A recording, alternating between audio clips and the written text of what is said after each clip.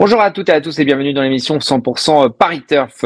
On prend la direction de Vincennes pour la réunion du samedi 22 mars. C'est un programme riche sur cette réunion. 9 courses sont au programme, dont 2 groupes 3 et bien évidemment le traditionnel tiercé, quarté, quintet plus. Pour m'épauler, pour nous conseiller, je fais appel à Bruno Jolivet. Bonjour Bruno. Bonjour François, bonjour à tous.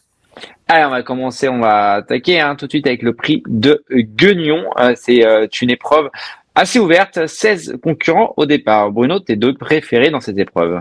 On va tout de suite préciser que c'est une réunion assez ouverte, voire même très ouverte, avec beaucoup de courses européennes, dont celle-ci, avec de très très bons 4 ans, juste en dessous des meilleurs de la promotion, d'ailleurs en Italie et en France. J'ai retenu les Français, mais il va falloir se donner à fond avec le 6 Lord du Gers, qui est un magnifique poulain, qui a sans doute tout l'avenir devant lui. Il n'a pas encore tout montré. Le fait d'avoir repris de la fraîcheur devrait lui être bénéfique. Et puis le 15 Lewis River, qui a laissé beaucoup de regrets à son entourage en partant au galop dans le prix de sélection, car il avait une très bonne chance de participer à l'arrivée. Donc là, il peut se rattraper, même s'il est peut-être légèrement meilleur sur plus court. Mais là, déféré des 4, c'est un bel engagement et il devrait quand même terminer dans les 3.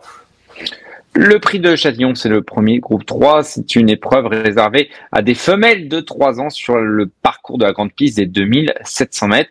C'est pareil, des Français et des Italiens au départ. Voilà, timide préférence à la française My Princess, c'est une fille de Ready Cash qui est en plein épanouissement.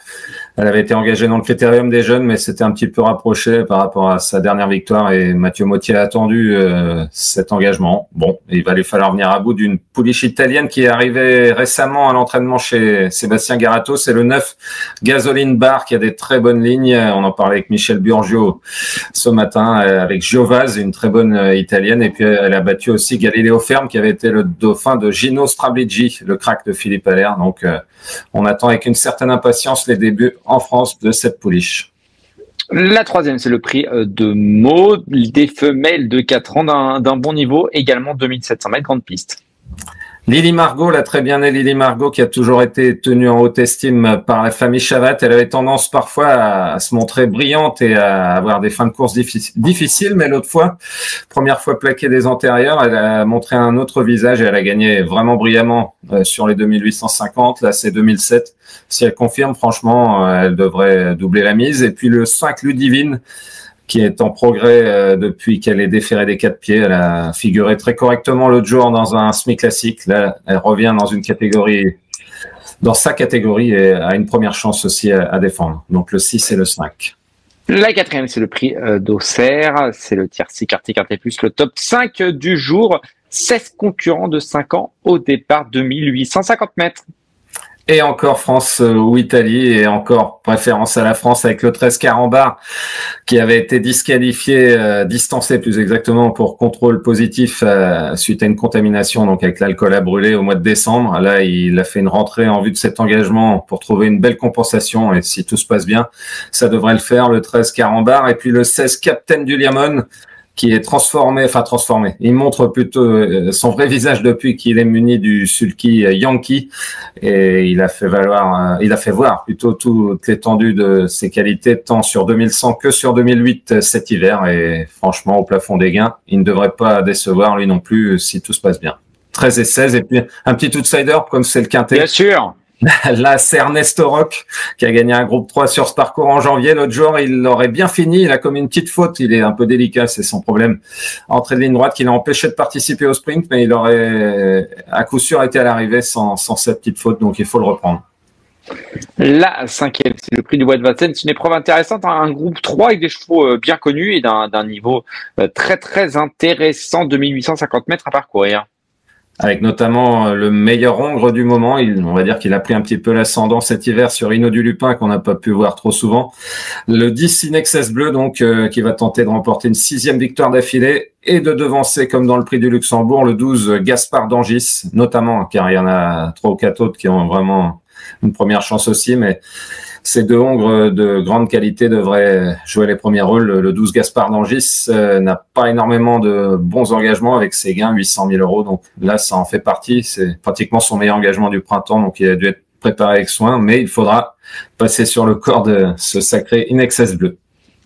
La sixième, c'est le prix Jean Cabrol. C'est une épreuve européenne également pour des chevaux de 6 ans et plus, 2700 mètres de la grande piste. Encore une course de grande qualité puisque Working Class Hero, qui sera mon favori, même s'il vient de se relâcher légèrement en fin de parcours, c'était pas forcément dans ses habitudes, ça lui a coûté la victoire alors qu'il semblait se balader à mi-ligne droite. Rappelons que c'est le deuxième du prix Ténor de Beaune groupe 1, cinquième la note du prix de France, donc là une course fermée franchement. Et il ne va pas taper loin, hein. Et puis le 2 ISO Fou du Chêne qui a été gardé pour cette course depuis ses gros progrès affichés pendant le meeting d'hiver. C'est un monstre physiquement et n'a peut-être pas encore tout montré, donc il va essayer de titiller.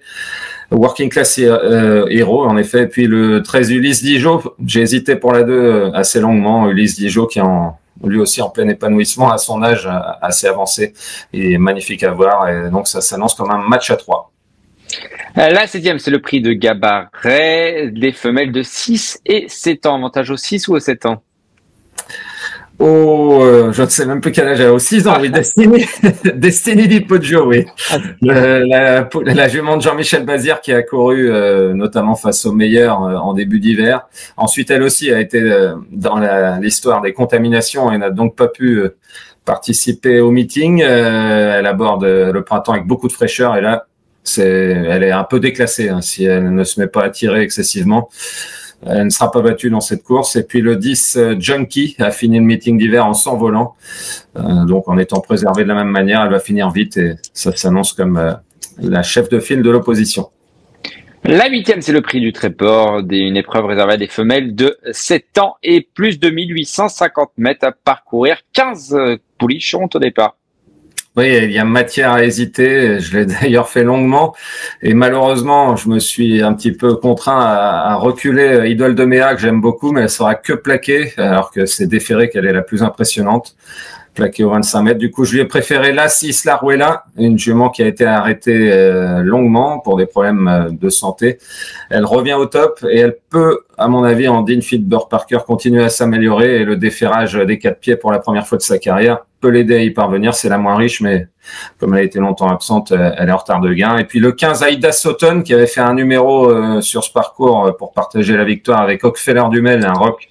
C'était le 1er janvier. Ensuite, elle a couru montée, pas terrible, et elle a repris de la fraîcheur. Et là, au plafond des gains, je pense qu'elle est à suivre en grande confiance dès sa rentrée. À ses 15. La neuvième et dernière, c'est le prix de Langres. C'est une course au tronc monté. C'est la seule d'ailleurs de cette réunion. 2700 mètres. Ils sont 11 au départ. Mathieu Mottier là, vient de remporter les 3 courses montées de la Réunion de Caen et il s'annonce encore redoutable dans cette épreuve avec le 2 Jacques Macat qui l'a déjà mené au succès plusieurs fois. Il n'a pas gagné depuis un certain temps, mais il est tombé aussi sur des bons chevaux. Là, l'engagement est très favorable, même s'il fait partie des moins riches, car il affronte des plus vieux que lui, et lui n'a peut-être pas encore tout montré. Et il sera aussi déféré des 4 pieds au monté pour la première fois, ce qui va lui donner assurément un plus. Et puis le 8 Junior Berdière, pas toujours régulier. Notamment la dernière fois, il a commis une faute qui l'a empêché de terminer plus près. Si Eric Raffin arrive à le canaliser, il a déjà d'ailleurs battu Jack Macat et il peut donc viser le podium. Mais c'est ouvert aussi. Il y a que 11 partants avec 9 chevaux compétitifs pour terminer dans les 3-4 premiers. Donc, on ouvre le parapluie. Ah oui, il faut. Oui, d'autant qu'il va pleuvoir, je crois, samedi à Marseille. C'est mieux. On a fait les 9 courses du programme. Maintenant, on va écouter ton cheval de la Réunion, Bruno. Eh bien, dans cette dernière, donc le 2, Jack Macat avec Mathieu Mottier. Merci beaucoup Bruno, merci à Laurent en régie et puis on se retrouve bientôt pour un nouveau numéro de 100% Paris Turf. On ira du côté d'Auteuil dimanche. À bientôt.